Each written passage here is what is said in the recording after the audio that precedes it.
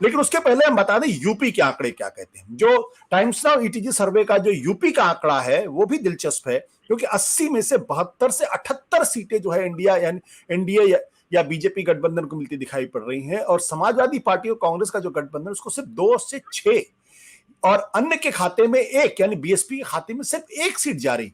और ये अगर परफॉर्मेंस होता है तो फिर ये 2014 को रिपीट कर रहा है। 2019 में हमको जैसा मालूम है कि 10 सीटें 2014 की तुलना 9 सीटें 2014 की तुलना में घटी थी।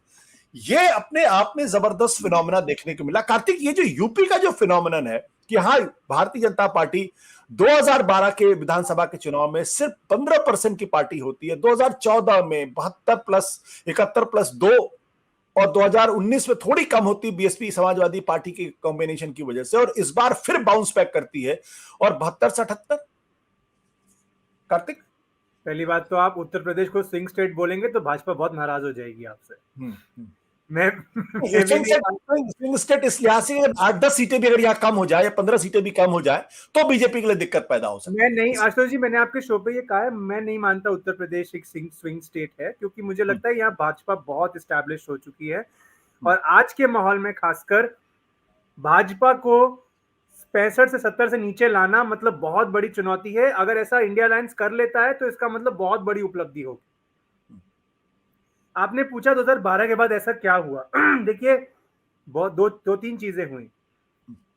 जो बीजेपी का कोर वोट था, अपर कास्ट वोट, उसमें उन्होंने क्या क्या ऐड किया। मायावती जी का जो पतन हुआ उसका बड़ा फायदा बीजेपी को हुआ। उन्होंने नॉन जाटव दलित्स को अपनी तरफ अट्रैक्ट किया। तकरीबन 10% की ये पॉपुलेशन है। नॉन यादव ओबीसी को ये बता के कि सारा जो ओबीसी का एडवांटेज है वो यादव को मिल रहा है, वो एक बड़ा चंक आप देखिए बीजेपी ने अट्रैक्ट किया। रफली 30% है वो स्टेट का। उसमें आप कुर्मी ले लीजिए, कोयरी ले लीजिए, प्रजापति ले लीजिए, तेली ले लीजिए, नट ले लीजिए, ये सारी जातियों को बीजेपी ने अपनी तरफ किया। रहा सहा जब कांग्रेस का पतन शुरू हुआ तो जो कांग्रेस को अपर कास्ट वोट जा रहा था वो भी बीजेपी को जाना शुरू हो गया। तो कहने का मतलब है कि बीजेपी ने जो सोशल इंजीनियरिंग की अपनी कास्ट बेस्ड यूपी में, उसकी वजह से उनको ये आज एडवांटेज मिलती हुई साफ दिख रही है। प्लस फिर उन्होंने उन जातियों पे एक हिंदुत्व का रंग भी चढ़ा दिया। आप उनके मुख्यमंत्री को देखिए, आप राम मंदिर को देखिए। अर्बन एरियाज में उनके मुख्यमंत्री बहुत पॉपुलर है लॉ एंड ऑर्डर के मुद्दे पर, परसेप्शन की गेम है हालांकि। तो everything seems to be going well for the BJP in UP. Mayawati ji और जो रीजनल पार्टीज हैं, मायावती जी और एसपी, उसमें मायावती जी तो एकदम ऐसा लग रहा है सिट आउट कर गई हैं, अब काफी साल हो गए हैं। समाजवादी पार्टी ने कोशिश भरपूर की 2022 में आगे बढ़ने की, लेकिन कोई एक एजेंडा नहीं दे पाए यूपी को। जातिगत समीकरण उन्होंने अच्छा बनाया पर एजेंडा नहीं दे पाए पूरे यूपी के लिए एक। और कांग्रेस कोशिश कर करके भी नहीं उठ पा रही। तो जो एक मल्टीपोलर फाइट होती थी यूपी में, वो हो गई है बाइपोलर, और उसमें बीजेपी एक बहुत अच्छी सिचुएशन में। ये कारण है ये जो 72 से 78। और मैं बिल्कुल भी इससे सरप्राइज नहीं हूं। मैं इसमें और ऐड कर दूं कि पीयूष का जो सर्वे है सी वोटर से मैच करता है कर्नाटक में। कर्नाटक में हमने 4 दिया है, पीयूष ने 4 से 6 दिया। और मेरा अपना ये मानना है कांग्रेस भी अंदर से 10 का टारगेट लेके चल रही होगी।